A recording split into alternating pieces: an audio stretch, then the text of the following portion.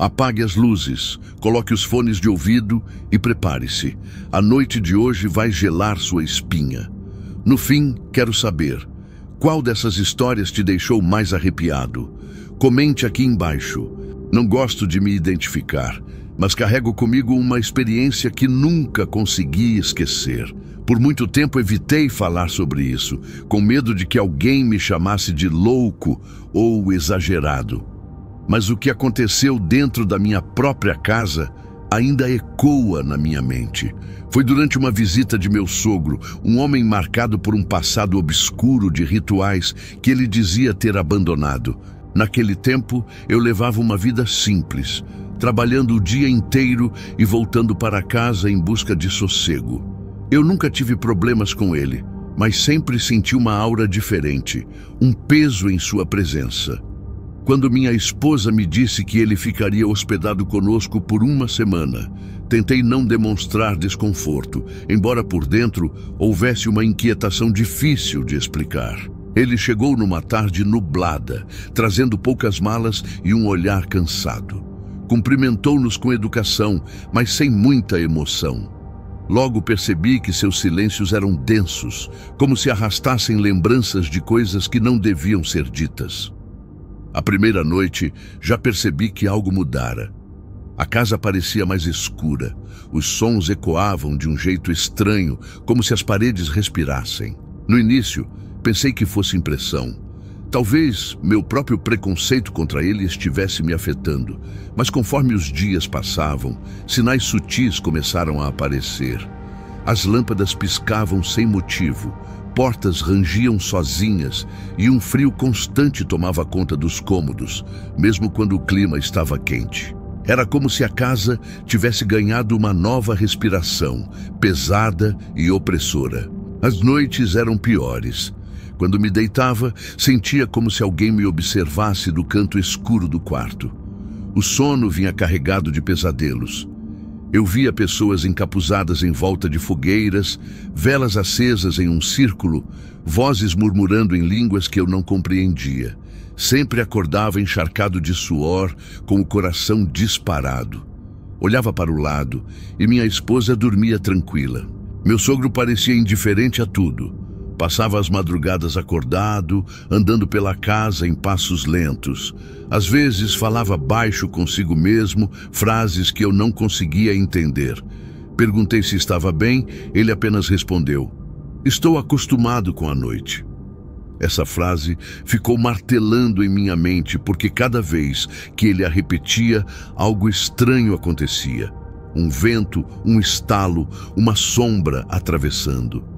Aos poucos, comecei a evitar cruzar olhares com ele. Sentia que, quando nossos olhos se encontravam, havia algo além da carne, como se estivesse me analisando por dentro. Minha esposa notava que eu estava inquieto, mas eu não queria deixá-la preocupada. Apenas dizia que era o cansaço do trabalho. A verdade é que dentro de mim crescia um medo que não sabia como explicar. No quarto dia de estadia, acordei de madrugada para beber água. Ao atravessar o corredor, vi a silhueta dele parada diante da janela. A lua iluminava seu rosto pálido e seus lábios se mexiam como se recitassem algo. Quando me aproximei, ele virou lentamente e disse: "Você não entende as forças que habitam esse lugar." A voz era baixa, mas cortante, e um arrepio percorreu todo o meu corpo. Tentei ignorar o que ouvi, mas não consegui dormir naquela noite.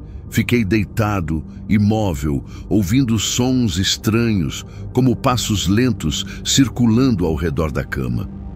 Quando finalmente amanheceu, senti alívio, mas a sensação de peso na casa não diminuía. Até os vizinhos comentaram que nossa casa parecia mais escura, mesmo sob o sol. Era como se algo tivesse se infiltrado nas paredes. A semana foi longa, e quando ele finalmente foi embora, pensei que tudo voltaria ao normal. Mas estava enganado. A presença ficou. A cada noite, a atmosfera se tornava mais sufocante. A casa tinha um cheiro estranho, uma mistura de vela queimada e terra molhada. As sombras se estendiam além do normal, e eu sentia um olhar constante sobre mim, mesmo estando sozinho. Foi na primeira noite após sua partida que aconteceu algo impossível de ignorar. Acordei com passos pesados no corredor. Levantei rapidamente e corri até a porta. Quando abri, não havia ninguém. O corredor estava vazio, mas o ar gelado cortava minha pele. Foi então que ouvi meu nome sendo sussurrado, baixinho, como se alguém me chamasse do fundo da sala. Gelei por inteiro. Voltei para o quarto apavorado, mas não consegui dormir.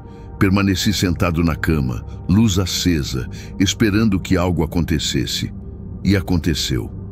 O rádio da sala ligou sozinho, tocando apenas chiados, como se alguém mexesse no dial.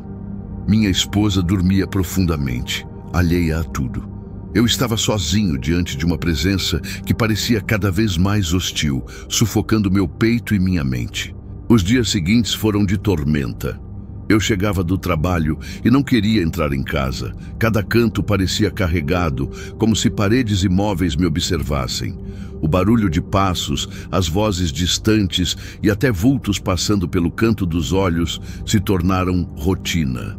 Não havia mais paz. Sentia que, se não fizesse algo, perderia a sanidade. Foi então que lembrei das palavras da minha mãe. Ela sempre dizia: quando sentir que a escuridão quer entrar, recite o Salmo 91. Nunca fui de rezar muito, mas naquele momento não tinha escolha. Peguei a Bíblia, sentei-me na sala e comecei a ler em voz alta. Aquele que habita no esconderijo do Altíssimo, à sombra do Onipotente descansará. Minha voz tremia, mas continuei, mesmo quando as lâmpadas começaram a piscar. À medida que recitava, o ar parecia se agitar. O vento passava pelas frestas, as portas batiam sozinhas, mas eu não parava. 1000 cairão ao teu lado e 10.000 à tua direita, mas tu não serás atingido. Cada palavra parecia abrir espaço, afastando algo que se agarrava à casa. Ouvi um estrondo vindo da cozinha, mas não olhei. Permaneci firme, lendo com toda a força que conseguia.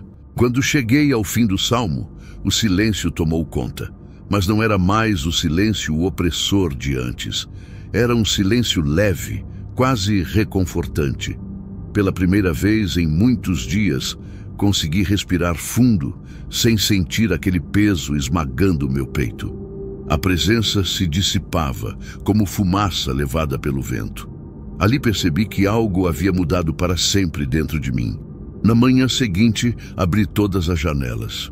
O sol entrou com uma intensidade diferente, iluminando os cantos antes escuros. O cheiro estranho havia sumido, e até os vizinhos comentaram que a casa parecia mais clara.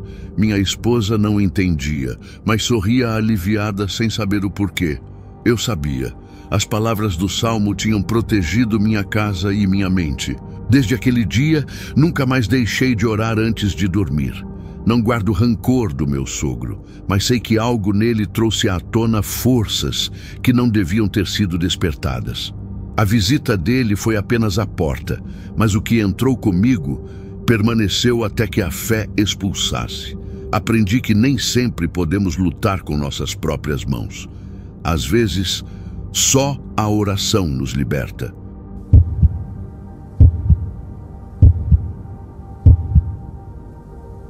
Você está gostando das histórias? Então deixe seu like, inscreva-se no canal, ative as notificações e vamos continuar. Sempre gostei da área de recursos humanos, mas nunca imaginei o peso que o final de cada mês traria para minha rotina. Sou auxiliar de RH em uma empresa de médio porte e nos últimos dias úteis, o escritório se transforma em um campo de batalha. O fechamento da folha salarial não perdoa atrasos ou erros. Cada número precisa ser revisado, cada dado conferido. E é sobre mim que recai a responsabilidade final. As pessoas acham que meu trabalho é apenas lidar com entrevistas, relatórios e papéis, mas não sabem das longas madrugadas em que fico presa na frente da tela do computador, revisando cálculos e cruzando informações. Naquele fim de mês, a pressão parecia ainda maior. Colegas já tinham ido embora às 6 da tarde e eu fiquei sozinha, cercada apenas pelo zumbido das lâmpadas fluorescentes. Olhei pela janela do 5º andar e vi a cidade aos poucos se apagando. Os prédios vizinhos estavam escuros, as ruas vazias. O relógio de parede marcou 00:30 e ainda havia planilhas abertas na tela. O silêncio do escritório me fazia sentir como se o tempo tivesse parado.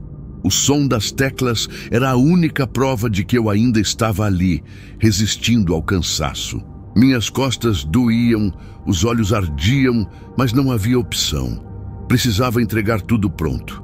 Na minha mente, ecoavam as broncas que já tinha levado no passado por erros mínimos. Eu sabia que a cobrança seria implacável. Respirei fundo, bebi mais um gole de café já frio e segui, digitando, revisando, tentando manter a atenção apesar do sono que pesava. Quando finalmente salvei o último arquivo, senti um alívio imediato. Olhei o relógio, quase 2 da manhã. Desliguei o computador, guardei minhas coisas e fechei a porta da sala. O prédio parecia ainda mais assustador àquela hora. O corredor ecoava meus passos, e a cada canto escuro eu acelerava, como se alguém pudesse surgir de repente atrás de mim. Passei pela recepção, onde apenas uma lâmpada fraca iluminava o espaço vazio. Assinei o livro de ponto e segui para o estacionamento. Do lado de fora, o vento gelado da madrugada me envolveu, fazendo-me apertar os braços contra o corpo. Foi quando notei algo que me fez parar. No parquinho da empresa, uma criança balançava sozinha. O balanço rangia devagar, indo e voltando. A figura pequena tinha o rosto meio oculto pelas sombras, mas os pés balançavam ritmados, como se alguém tivesse acabado de empurrá-la. Fiquei imóvel, sem saber se chamava alguém ou se corria. Uma criança ali, às 2 da manhã, não fazia sentido. Não havia eventos, não havia ninguém por perto, e ainda assim ela estava lá. Aproximei-me alguns passos, hesitante. Queria acreditar que era apenas um reflexo da minha vista cansada. Mas então, a criança ergueu o rosto. A luz amarelada do poste refletiu em seus olhos que pareciam 2 manchas escuras, sem brilho. Um arrepio me percorreu inteira.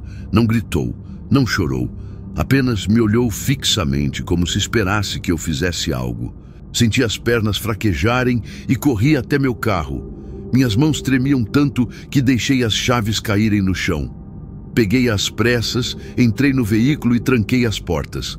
O balanço ainda rangia, mesmo sem vento. Respirei fundo e liguei o motor. Pelo retrovisor, vi o balanço balançando sozinho. A criança já não estava mais lá.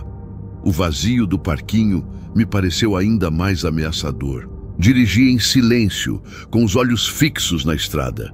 Cada sombra parecia ganhar forma, cada reflexo no vidro me fazia virar rápido. Tinha a sensação de que não estava sozinha no carro. A cada curva, meu coração acelerava, como se algo pudesse saltar do banco de trás a qualquer momento. O rádio desligado deixava tudo ainda mais sufocante. Quando cheguei em casa, estacionei sem olhar para os lados. Abri a porta e entrei rápido, querendo esquecer aquela cena. Minha casa era meu refúgio, onde meu marido dormia tranquilo. Deixei a bolsa no sofá e caminhei até a janela para fechar as cortinas.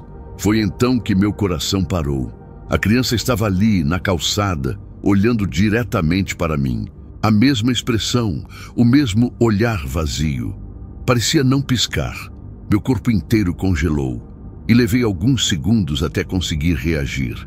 Gritei chamando meu marido, a voz embargada pelo pavor. Corri até o quarto e sacudi seus ombros, implorando que viesse ver. Ele resmungou, confuso, mas ao ver meu estado de desespero, levantou-se sem questionar. Arrastei-o até a janela, apontando para fora. "Olha, ela está ali!" gritei, quase chorando. Ele puxou a cortina, mas a calçada estava completamente vazia. Nada além do poste iluminando a rua silenciosa. Ele me olhou com a expressão cansada e disse: "Não tem ninguém lá fora. Você está exausta, precisa descansar." Tentei explicar e insisti que tinha visto claramente. Contei sobre o parquinho, sobre o balanço, sobre o olhar da criança. Ele apenas suspirou, dizendo que meu cérebro estava pregando peças por causa do cansaço e do estresse. Mas eu sabia que não era ilusão. Eu a vi, e aquele olhar ainda queimava na minha memória, como se estivesse marcado em mim. A noite foi um tormento. Deitei, mas não preguei os olhos. Cada rangido da casa, cada sombra no teto parecia esconder algo. Levantei várias vezes para espiar pela cortina, esperando vê-la de novo. Mas a rua permaneceu vazia. Meu marido dormia tranquilo, respirando fundo, alheio ao terror que me consumia. Eu, por outro lado, sabia que não estava segura. O dia seguinte foi arrastado. Tentei manter a rotina, mas o peso da noite anterior me seguia como uma sombra. Na empresa, todos comentavam sobre prazos e metas, enquanto eu mal conseguia me concentrar. Evitei olhar para o parquinho, mas na minha mente ele ainda estava vivo, rangendo, guardando segredos que ninguém mais podia ver. Naquela noite, adormeci por exaustão. Sonhei com o balanço rangendo sem parar e com a criança me observando da janela, imóvel, enquanto eu gritava por ajuda. Acordei suada, com a sensação de que havia alguém em pé ao lado da cama. Toquei meu marido, mas ele dormia profundamente. Acendi o abajur e o quarto estava vazio. Mas o frio que senti não parecia natural. Os dias seguintes se tornaram um tormento.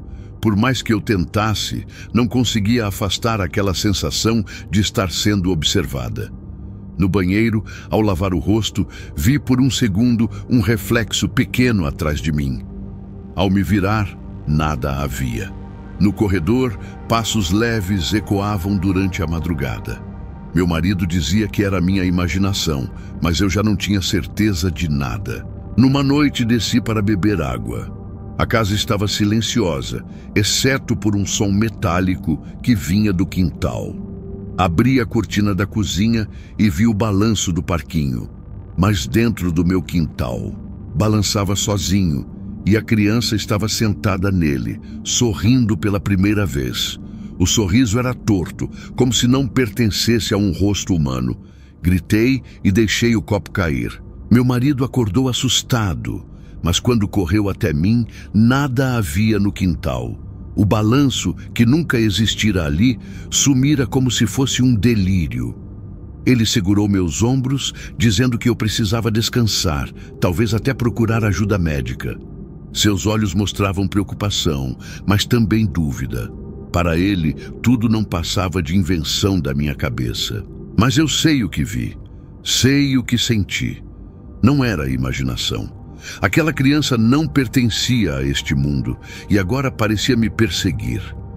O mais cruel não era o medo em si, mas a solidão.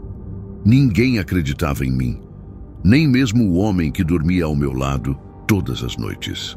O terror não era apenas vê-la, era saber que quando ela voltasse, eu estaria sozinha.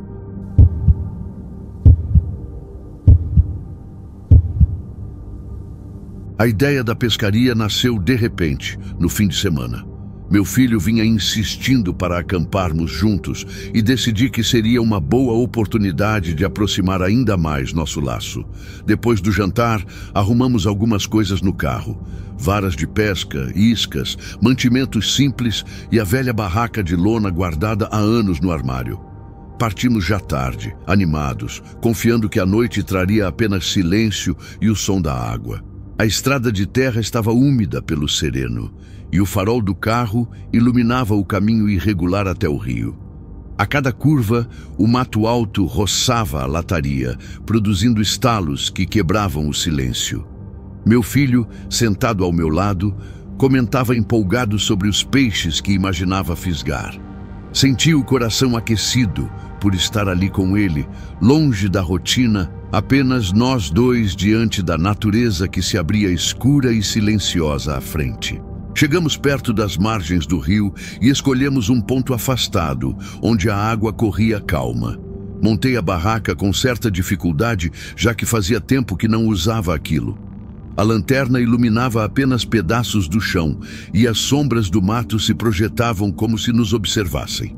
Apesar do incômodo, tentei não transparecer. Não queria que meu filho percebesse minha inquietação. Afinal, era para ser uma noite divertida e tranquila. Enquanto ele organizava os anzóis e olhava curioso para o balde de iscas, preparei uma pequena fogueira improvisada, com galhos secos. A chama trouxe um pouco de conforto e quebrou a escuridão, que parecia engolir tudo ao redor. Sentamos juntos, conversando sobre escola, amigos e coisas simples. Eu observava como os olhos dele brilhavam na luz do fogo e, por dentro, agradecia por ter esse momento ao lado dele, longe de qualquer preocupação. Com o avançar da noite, o cansaço começou a pesar. Meu filho entrou na barraca, enrolou-se no saco de dormir e logo adormeceu.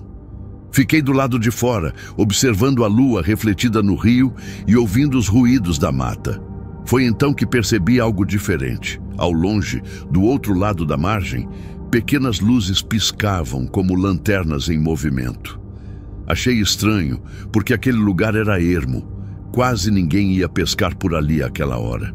No início tentei ignorar. Talvez fossem apenas outros pescadores, pensei, mas quanto mais olhava, mais nítidas se tornavam as luzes, dançando entre as árvores. O ar frio pareceu mais pesado e uma sensação incômoda tomou conta de mim. Peguei a lanterna e me afastei alguns metros, tentando enxergar melhor. Foi quando escutei vozes abafadas. 2 vozes masculinas, graves, em tom baixo, como se conversassem sobre algo secreto e perigoso. Aproximei-me um pouco mais, cuidando para não fazer barulho. Entre o farfalhar das folhas, consegui captar fragmentos do diálogo. Um deles dizia que estávamos acampados perto do rio, mencionando claramente o homem com o menino do carro vermelho. Meu coração disparou. Só então me lembrei. Mais cedo havíamos parado no posto de gasolina da estrada. Havia 2 homens encostados perto da loja de conveniência que nos observaram de maneira desconfortável. Agora estavam ali. Engoli em seco, percebendo a gravidade da situação. Eles sabiam exatamente onde estávamos. E o pior, falavam em acertar as contas, em pegar o que fosse possível. O ar faltou por um instante e minhas mãos suaram frias. Voltei devagar até a barraca, tentando raciocinar rápido. A fogueira já se apagava e a escuridão era quase total. Meu filho dormia profundamente, alheio ao perigo que se aproximava pela mata fechada. Minha primeira reação foi acordá-lo com calma. Toquei em seu ombro e sussurrei que precisávamos ir embora. Ele resmungou, sonolento, mas logo percebeu a seriedade em meu tom. Arrumamos rapidamente nossas coisas, sem fazer barulho. Apaguei os restos da fogueira com terra e recolhi a barraca às pressas, jogando tudo no porta-malas do carro. O coração parecia explodir no peito, cada segundo era uma eternidade. As vozes pareciam estar mais próximas, ganhando nitidez. Segurei firme a mão do meu filho e o guiei pela trilha de volta. A lanterna estava apagada, não podíamos chamar atenção. O breu era quase absoluto e cada galho que quebrava sob nossos pés soava como um alarme. Atrás de nós, risadas abafadas ecoaram na mata. Eles estavam nos seguindo, disso eu não tinha mais dúvida. O silêncio se transformara em nosso maior inimigo, porque qualquer ruído podia nos denunciar no escuro da noite. Finalmente, avistei o carro à distância. Meu peito se encheu de esperança, mas também de medo. Se eles nos vissem entrando, podiam acelerar a perseguição. Fiz sinal para meu filho ficar agachado, enquanto destravava o veículo com mãos trêmulas. O som metálico da chave pareceu ecoar na floresta inteira. Ele entrou rapidamente e eu, tentando manter o controle, dei partida no motor. O barulho pareceu um rugido alto demais para aquela madrugada silenciosa. Assim que os faróis iluminaram a estrada de terra, percebi movimentos rápidos no mato. As lanternas voltaram a brilhar, dançando como olhos famintos. Engatei a marcha e acelerei, levantando poeira. Meu filho olhava para trás, apavorado, enquanto eu me concentrava em manter o carro firme no caminho esburacado. O retrovisor mostrava pontos de luz se movendo em nossa direção. Não sei se eram eles correndo ou apenas reflexos, mas a sensação era sufocante. A cada curva, meu coração parecia prestes a parar. A estrada se estendia interminável diante de nós, cercada de árvores que se fechavam como paredes. O medo de que o carro atolasse ou apagasse me consumia, mas continuei firme. Meu filho segurava meu braço, tentando não chorar. O pensamento que martelava em minha mente era claro. Não podia deixar que nada acontecesse a ele. A noite que começou como aventura se tornara pesadelo. Depois de alguns minutos, que pareceram horas, deixei de ver as luzes no retrovisor. Só então diminui a velocidade, respirando fundo, tentando acalmar a mente. Meu filho me olhava em silêncio, os olhos arregalados, como se esperasse uma explicação. Mas eu não tinha palavras. Apenas disse que estava tudo bem agora, embora não acreditasse totalmente nisso. No fundo, sentia que a sombra daqueles homens ainda nos acompanhava, invisível, grudada em nossos passos. Quando finalmente chegamos à estrada principal, parei em um posto iluminado, bem diferente do primeiro. O atendente olhou curioso quando descemos, visivelmente abalados. Enquanto abastecia, percebi como minhas mãos ainda tremiam. Não quis contar nada a ninguém, apenas desejei que aquela noite fosse esquecida, mas no fundo sei que não será. O rio, as luzes, as vozes, tudo ficou marcado em mim. O medo de perder meu filho foi real demais para desaparecer.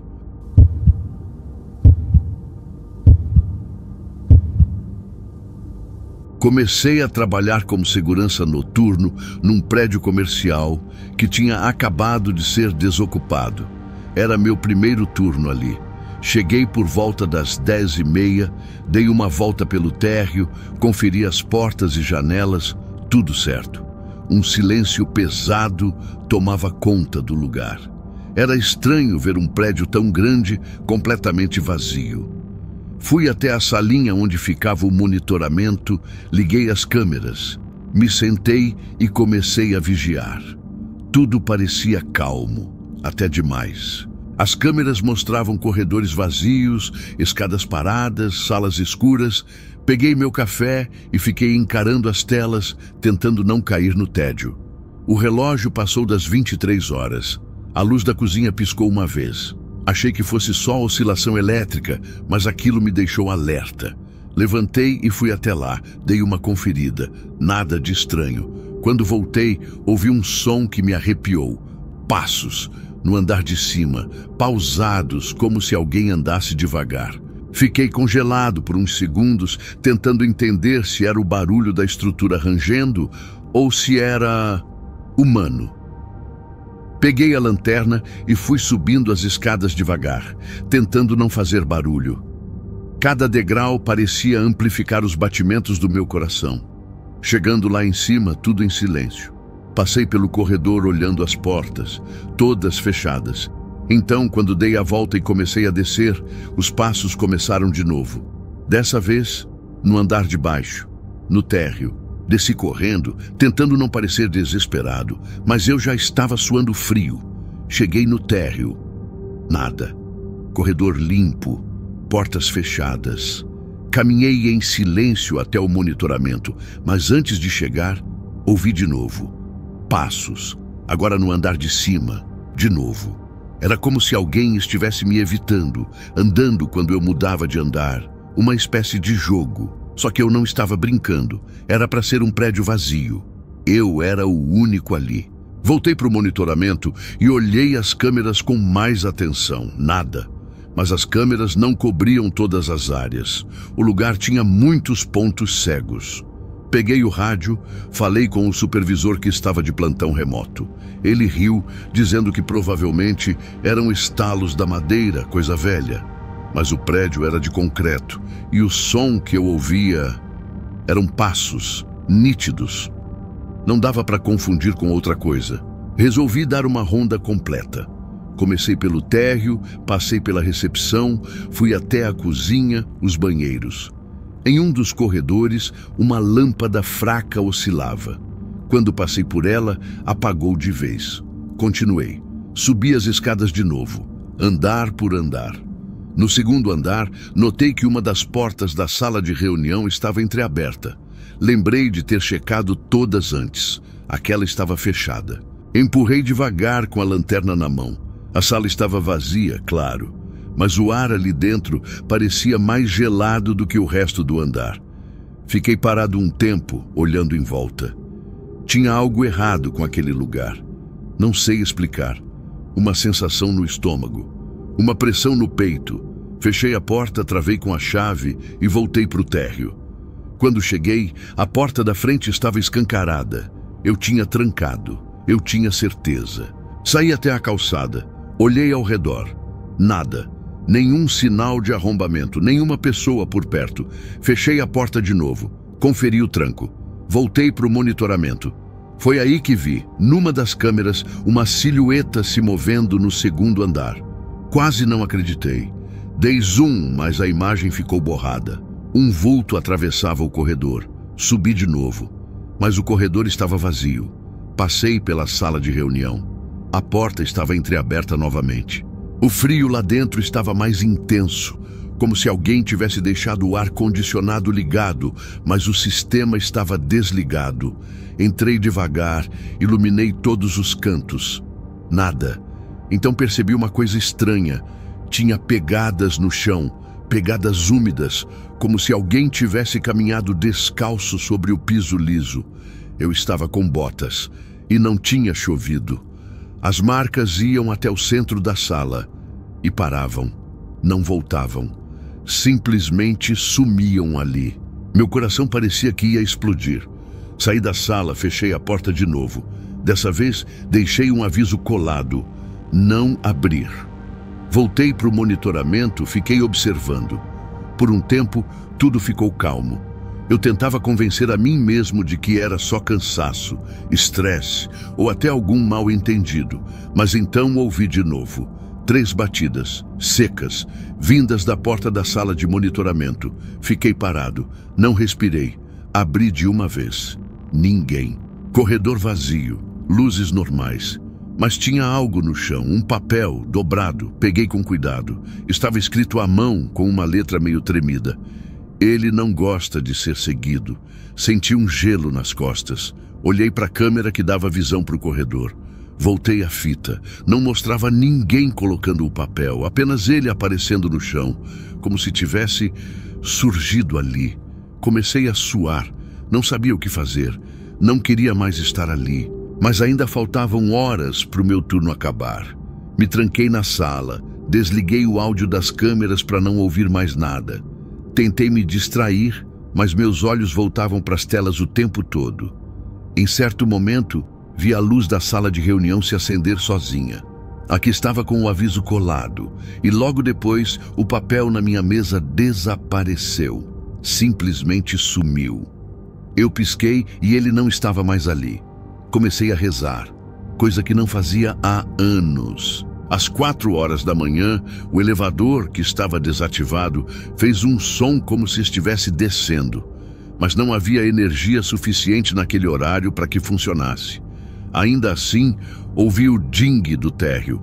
Quando abri a porta da sala, o elevador estava ali, com as portas abertas, vazio. Só que no chão estava o mesmo papel. Ele não gosta de ser seguido. Dessa vez, havia mais uma linha escrita abaixo. Mas ele gosta de jogos. Não aguentei. Liguei para o supervisor de novo. Disse que precisava sair. Ele tentou me acalmar, mas disse que se fosse embora, não precisava voltar mais. Respondi que tudo bem. Peguei minhas coisas, ignorei o elevador, fui pelas escadas. Quando passei pelo segundo andar, ouvi um barulho de risada. Uma risada baixa, abafada, quase infantil. Me apressei. Chegando no térreo, as luzes piscaram todas de uma vez. Saí porta fora. O ar lá fora parecia mais leve. Fiquei do outro lado da rua, esperando o amanhecer. No dia seguinte, pedi demissão. Não quis nem o pagamento do turno. Só queria esquecer. Mas às vezes ainda sonho com aquele corredor, com as pegadas que paravam no meio da sala, com o papel que surgia do nada e principalmente com a voz que dizia: "Ele gosta de jogos." Porque no fundo, sinto que o jogo ainda não acabou.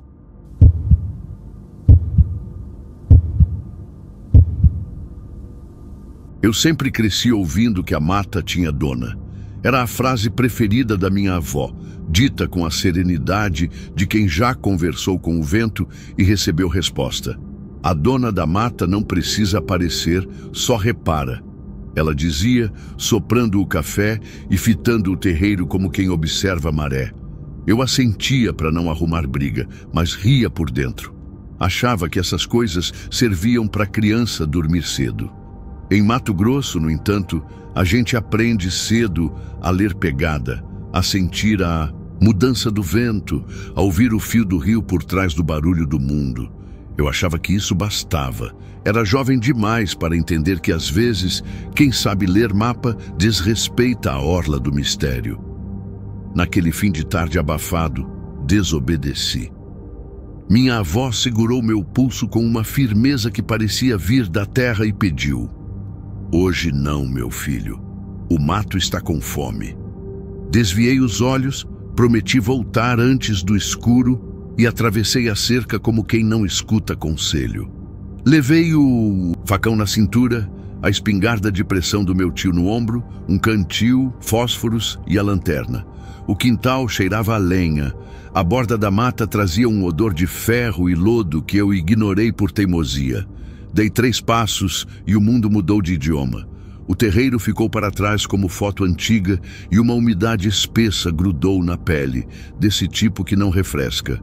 Pesa.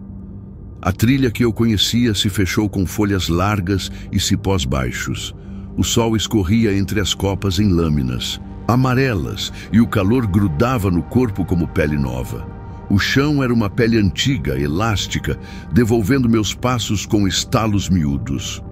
O corguinho à esquerda murmurava mais alto que o normal e seguia a canção para me orientar.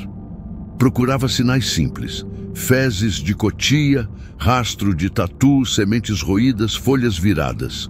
Encontrei a casca de um tronco marcada por garras antigas. Passei a ponta dos dedos e senti a madeira já fechando a ferida. Ri sozinho. Velharia, pensei, como quem risca a data de um aviso. No meio do caminho, sentei numa pedra, comi um pedaço de mandioca fria e bebi do cantil. O ar parou subitamente, como se a mata prendesse a respiração. As cigarras cessaram num corte seco. Descobri que o silêncio também tem tipos. Há silêncio de festa que acaba, de chuva que vem, de bicho que escuta. Aquele era silêncio de aviso. O primeiro rugido chegou como vibração, subindo pela sola da bota, pelo osso da canela até a nuca. Não foi som, foi peso. Depois veio o som, grave, úmido, uma palavra antiga que a pele entendeu antes da cabeça. No minuto seguinte, tudo em mim sabia o nome do bicho que eu não precisava ver. Minha mão foi à coronha por reflexo, a outra ao facão. E senti de imediato que arma nenhuma falava aquele idioma. O segundo rugido veio mais perto, acompanhado de um fedor que cortava o ar. Urina forte, sangue velho, ferrugem. A ideia de onça não nasceu como raciocínio. Brotou, como memória que eu não lembrava de ter. Eu já corria antes de admitir. Não busquei mapa, muito menos orgulho. Corri por entre folhas altas, bati o ombro num tronco, rasguei a canela num galho oculto. Ouvi meu coração mastigando o próprio medo como se quisesse se engolir para caber. A árvore apareceu quando o desespero pediu um degrau. Tronco grosso, galhos como braços, casca rugosa dizendo segura. Subi com pressa e tropeço, levando a espingarda presa pela correia, raspando os joelhos na madeira, cravando os dedos até sangrar. Encaixei o corpo numa forquilha, a uns 4 metros do chão, o suficiente para enganar a coragem. A casca cheirava a seiva e poeira. Tentei respirar devagar. A noite caiu com a velocidade de um pano úmido jogado por cima do mundo, e o vermelho do fim de tarde virou um roxo sem borda, molhado de zumbidos que não eram mais os de antes. Sem lua, a mata virou corpo sem contorno. O ouvido assumiu o comando e, mesmo assim, era pouco. Debaixo de mim, folhas mexeram sem vento, galhos finos estalaram como ossos de passarinho. Um arranhar lento riscou o tronco, parou, recomeçou, subiu 2 palmos e desistiu. A respiração vinha do chão, úmida, paciente, como se alguém esperasse que eu falasse primeiro. Pensei na minha avó queimando Guiné ao cair da tarde, marcando com fumaça a fronteira do que é nosso e do que não é. Lembrei do meu riso secreto diante do gesto dela. Senti vergonha. Ali, abraçado à árvore, entendi que a fronteira existe mesmo quando a gente não acredita. O tempo parou de ser relógio e virou dor. A mão latejava. Depois, dormia. O tornozelo ardia em pontadas que subiam até o joelho. Depois, virava ausência. Eu repetia baixinho palavras soltas, sem liturgia, só para que a minha voz me lembrasse de existir. Fica, perdoa, passa, amanhece. A respiração do chão mudou de lugar. Fez a curva do tronco. Aproximou. Afastou. Em dado momento, vieram passos de calcanhar e ponta lentos, pesados, humanos demais. Pararam exatamente embaixo de mim. A árvore recebeu um empurrão pequeno, quase um carinho. O tronco transmitiu o tremor ao meu peito, como se alguém tocasse a minha caixa torácica com um dedo frio. Uma fala sem idioma borbulhou do escuro. Não era língua que eu conhecesse, era uma intenção. Naquele murmúrio, jurei ouvir meu nome, dito como minha avó dizia quando estava brava. Senti o corpo querer olhar. Não olhei. O medo tem regras, e uma delas é nunca ensinar ao escuro para onde você está olhando. Fiquei imóvel a ponto de duvidar da própria pulsação. O tronco, generoso, devolvia o batimento como canto de ninar. Debaixo, algo riscou a casca outra vez. A seiva desceu, perfumando o ar com um doce amargo que não combinava com a ferrugem do fedor. Lembrei do conselho antigo. Não responde chamado de noite, nem de homem, nem de bicho, nem de santo. O chamado não precisava da minha voz, precisava do meu movimento, e eu não dei. O esturro seguinte não foi cumprido, foi um soco. A madeira vibrou e vibrei junto. Uma sequência de ruídos de folhas esmagadas contornou a base da árvore, como se um corpo grande tivesse se deitado de lado para ouvir meu medo. Eu chorei sem chorar, porque lágrima exige descanso, e a noite não deu. Em alguns momentos, nunca saberei se dormi.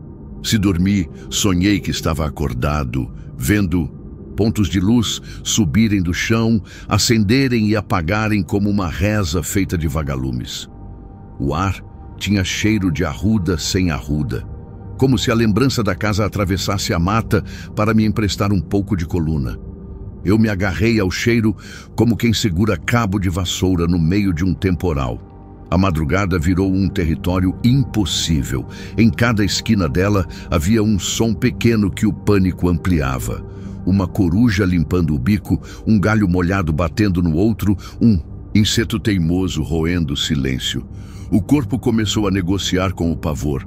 Se eu não me mexer, se eu virar parte da árvore, se eu for simples, talvez o mundo me deixe ficar. Lembrei da lanterna.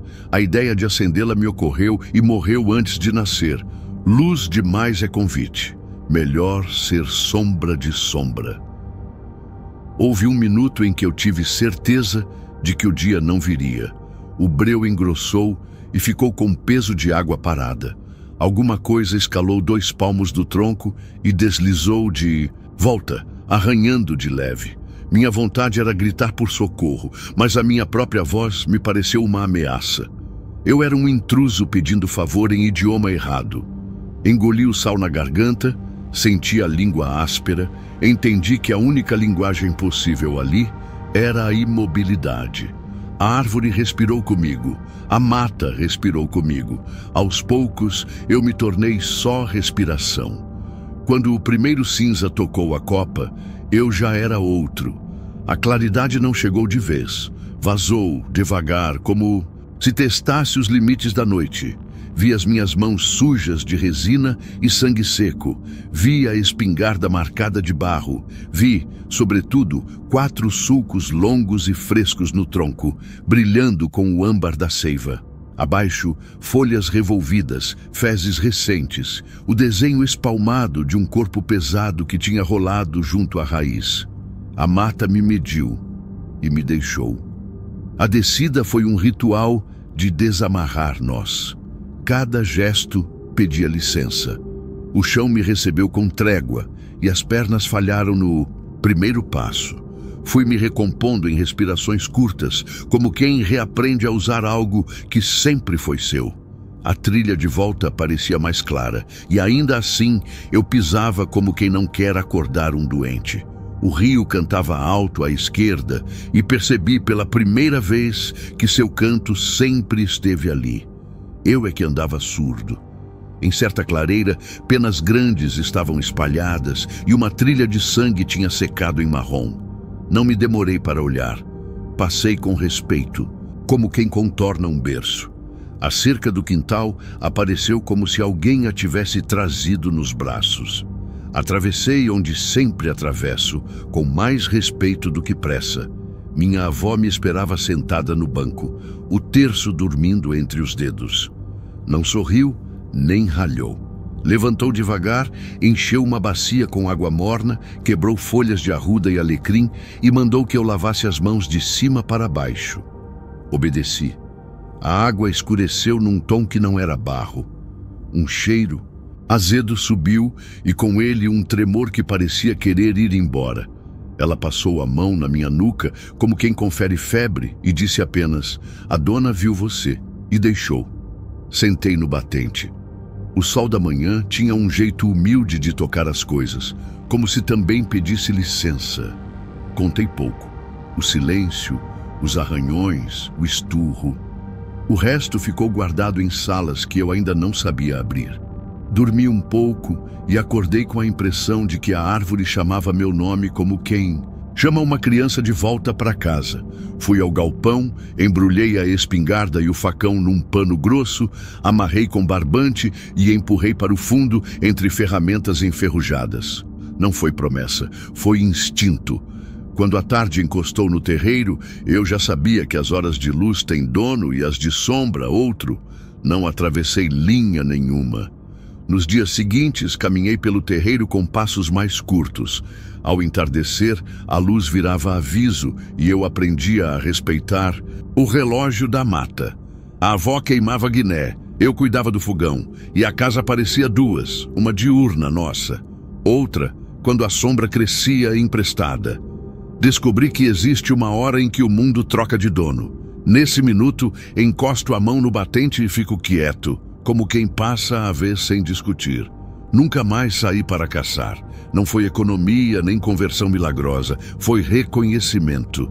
Se alguém pergunta por que abandonei a caça, falo em prudência, equilíbrio, respeito, risco.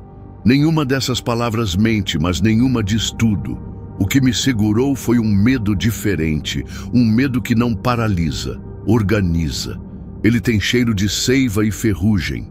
Ele não mora na garganta, mora na coluna.